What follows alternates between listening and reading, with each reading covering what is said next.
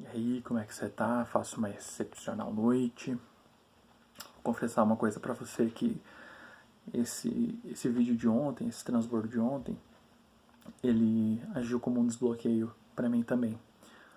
Se você reparar, né, ele é bem diferente dos outros e ele é muito mais espontâneo. Isso porque eu tinha um receio muito grande de como certas reflexões que fazem parte aí do meu cotidiano mental, como é que elas soariam a partir do momento que eu desse voz para elas e que eu materializasse ela em palavras. E foi importante eu ter compartilhado isso, porque realmente estampou aí um reservatório, né? Eu vou compartilhar com você brevemente um, um período da minha existência, né? Como isso aconteceu e as reflexões que isso me levou a ter, para você entender também um pouco do meu processo reflexivo. Eu, eu comecei toda essa jornada que está culminando nos dias de hoje, aproximadamente com 13 anos de idade, em um momento que eu precisei tomar uma decisão, e foi a primeira vez que eu precisei tomar uma decisão na minha vida que ia ter uma consequência para o resto da minha existência, né? E eu era seminarista, uma idade, né, bem pouca idade, né, com 13 anos, e chegou um momento que eu precisava optar por ficar ou por sair, e eu entendia que aquilo ia ter um peso muito grande no decorrer da minha existência, e eu não me sentia assim com maturidade suficiente para tomar aquela decisão. Eu não saberia como lidar com as consequências de uma ou de outra, mas enfim, tomei a decisão, né? Você sabe, saí, voltei para casa dos meus pais e na sequência, né, tive uma série de crises, de ansiedade, uma dificuldade de adaptação social muito grande, porque eu tinha passado 2 anos dedicado inteiramente a estudar. Estudei música, estudei literatura, estudei idiomas antigos, né, estudei latim e grego. Então eu era, para alguém de 14 anos, eu era muito, muito, muito desajustado socialmente. Isso gerou uma série de crises, né, que com o tempo foram se desenrolando. Mas naquele instante é que começou a reflexão da minha existência. E nos anos que se seguiram, eu conheci a fundo diferentes vertentes do cristianismo. Eu tive curiosidades e aprendi a respeito de budismo, a respeito do islamismo, diversas correntes de pensamento. Assim, eu investiguei numa busca por uma verdade, né? E é interessante porque uma das primeiras reflexões assim nessa história foi eu perceber que existia um propósito e uma necessidade de que toda pessoa tivesse um treinamento, vamos dizer assim, filosófico, um treinamento religioso. O que é um treinamento filosófico ou religioso? É você disciplinar os seus pensamentos a este campo, né? A filosofia, a religião. Eu até pela astrologia passei de uma forma bastante aprofundada, acredite se quiser. Lá pelos anos de 2012, 2013, eu fazia mapa astral da galera, toda essa loucura aí. Mas para você entender quanta sede eu tinha de investigar a realidade. E eu sempre tive um caráter assim de reflexão existencial muito profundo desde que eu consigo me lembrar. Porque eu tive vivências de luto muito cedo, então isso trouxe várias consequências assim para que eu me aprofundasse nessas questões. E eu entendi então que era importante que as pessoas tivessem esse tipo de treinamento, porque vamos lá, pensa aqui comigo. A sua existência, ela é dotada de vários elementos, sendo os principais deles identidade e propósito. Isso é algo que eu só fui entender agora, esse ano. Mas entenda que a sua existência, ela é um recorte. Você já parou para pensar nisso? Ela não é constituída de uma coleção de fotos. Ela é um filme. Tem continuidade, tem conexões de causa e efeito. Você está trilhando um caminho que é constituído pelas suas escolhas. Mas entenda que no plano geral das coisas, a sua existência ela é recortada. Porque você nasceu, por exemplo, com uma cor. Se eu tivesse nascido negro, se eu tivesse nascido, enfim, de outra cor, ou se eu tivesse nascido na Ásia, a minha vida seria completamente diferente. E eu nasci dentro de um recorte temporal também. Eu nasci no final do século XX. Com sorte e alguns cuidados, você vai viver longos anos, mas vai viver dentro de um recorte. Você já parou para pensar que tem pessoas cuja inteira existência coube antes do advento da tecnologia? Como será que era a visão de mundo dessas pessoas? A maneira dessas pessoas interpretarem a vida. Houveram pessoas cuja existência, por mais que abreviada, ela coube inteira dentro do período da Guerra Fria. Se essa pessoa morava nos Estados Unidos, na Rússia, ou, sei lá, em qualquer outro lugar do mundo, teve bastante diferença. Algumas pessoas viveram todo o seu espectro de existência entre as duas grandes guerras mundiais. Se elas viveram isso na Europa, teve um impacto. Se elas viveram nos Estados Unidos, se elas viveram na Ásia, tem completamente diferente. Se você era homem, se você era mulher, se quando estourou a guerra você era adulto, se era criança. Tudo isso constitui um plano geral da sua existência. Todo esse contexto. Agora, tem pessoas que permitem que isso seja o total, que as circunstâncias desse recorte, elas determinem todo o seu rumo existencial. Mas a realidade é que você é dotado do poder de tomar decisões e fazer escolhas para que dentro deste pano de fundo você escreva a sua própria história. E isso é uma reflexão importante para você entender que às vezes você quer ter um controle de absolutamente tudo, mas você já começou tendo algumas pré-definições, o que não deveria ser um limitador para você, mas você entender que é esse o jogo que você foi chamado para jogar e é aqui que você precisa desenrolar essa sua história.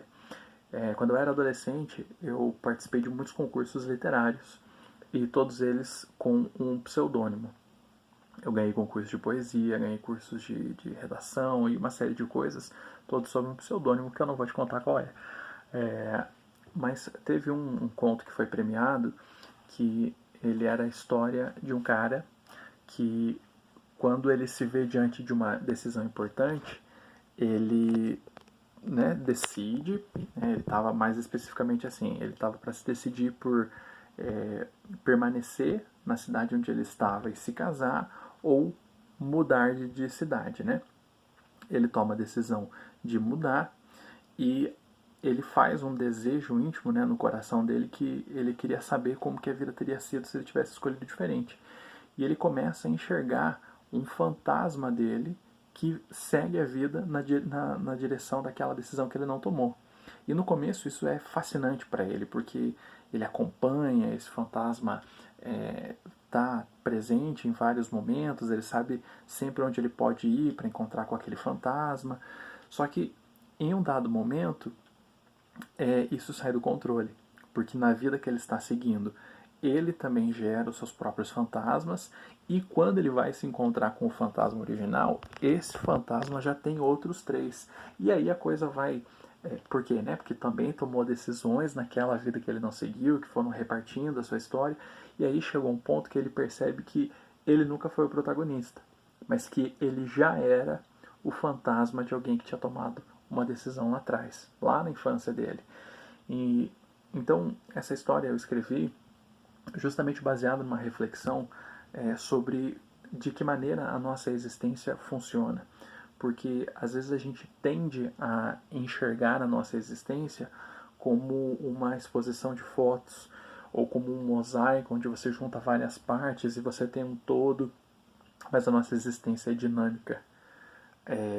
Quando você acredita que você tem um destino, isso te limita demais, porque você entende que você está indo para algo que está pré-fixado, mas a sua existência tem milhões de peças que se movem a todo momento, e o que é fascinante nela é que você toma suas escolhas, né, faz aí as suas decisões, e você a cada uma vai fechando uma porta, e você precisa ter paz nessas portas que você fecha, porque você está construindo o desenho da sua história.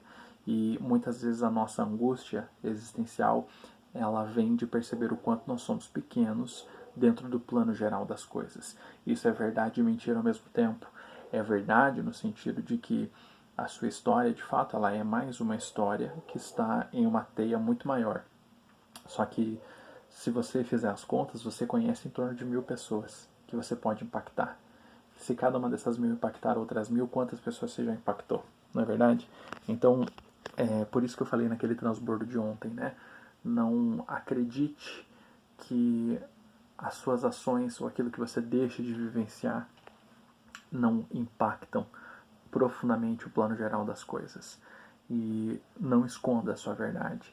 Eu queria te incentivar que você trilhasse um caminho de reflexões existenciais, porque isso torna absolutamente tudo muito mais interessante. E não é por qualquer outro motivo que não você compreender que você é uma peça fundamental dentro de um todo que se conecta e que aquilo que você escolhe fazer pode gerar uma reverberação que vai muito além daquilo que você consegue imaginar. E isso é algo muito bonito de se perceber. Isso é algo que, ao mesmo tempo, instaura na gente um senso de responsabilidade muito grande, porque quando você compreende isso dessa forma, você não tem a possibilidade de ser irresponsável com a sua vida. E, ao mesmo tempo, traz uma leveza de que a sua vida, ela importa, mas ela é algo passageiro. Então, os seus problemas, as suas dificuldades, as suas crises, elas são passageiras também. Projete-se, né? Eu já dei esse conselho em outro vídeo. Você está passando por uma crise, projete você mesmo 5, 7, 8 anos lá na frente. Se projete amanhã. Você vai ver como isso vai ganhando perspectiva, né? Mas se você ficou tocado, comovido por aquele vídeo de ontem falando sobre viver quem você pode ser, o caminho para você começar é isso. É entendendo que você tem um potencial maior do que aquele que você está vivendo e que o que vai acompanhar esse teu crescimento, esse teu potencial, esse impacto que você tem na vida dos outros, é você refletir acerca da existência. Às vezes você quer recortar e pensar sobre a sua vida, sobre a sua circunstância ou até pior, sobre o seu momento. Sua vida não é uma coleção de fotos. Ela é um vídeo, ela é algo dinâmico que você está construindo e tudo pode ser reaproveitado. O seu tempo só vai ser perdido se você permitir que seja dessa maneira. Se você ressignificar tempos que você aproveitou mal, se você ressignificar passos que você errou e transformar isso em matéria-prima para impactar o mundo positivamente, não existe tempo perdido. As pessoas com as mensagens mais marcantes são pessoas que cometeram grandes erros. Mas um erro que você não pode cometer é de achar que você não importa ou que você é pequeno demais para ser responsável, né? Então, e o outro erro que você não pode cometer é deixar de errar e nem ficar errando nas mesmas coisas. Então erre bastante, mas tenha repertório de erros também. Vai errando em coisas diferentes para que você possa pegar tudo isso e transbordar. É por isso que eu estou fazendo isso. É por isso que se tem 1, 2, 7, 10, 12 ou 0 visualizações, eu vou continuar fazendo. Porque isso traz cura também para mim. Isso materializa aquilo que está na minha mente e me faz perceber que a existência ela pode e deve ser conectada à palavra, que isso realmente é poderoso. A gente tem um sistema, a gente tem uma ferramenta, até eu diria, para produzir sentido, para trazer ordem para o universo. E no meio disso a gente tem que se divertir, né? Por isso que existe esse tipo de coisa aqui. Tá legal? Tamo junto até depois do fim. Valeu!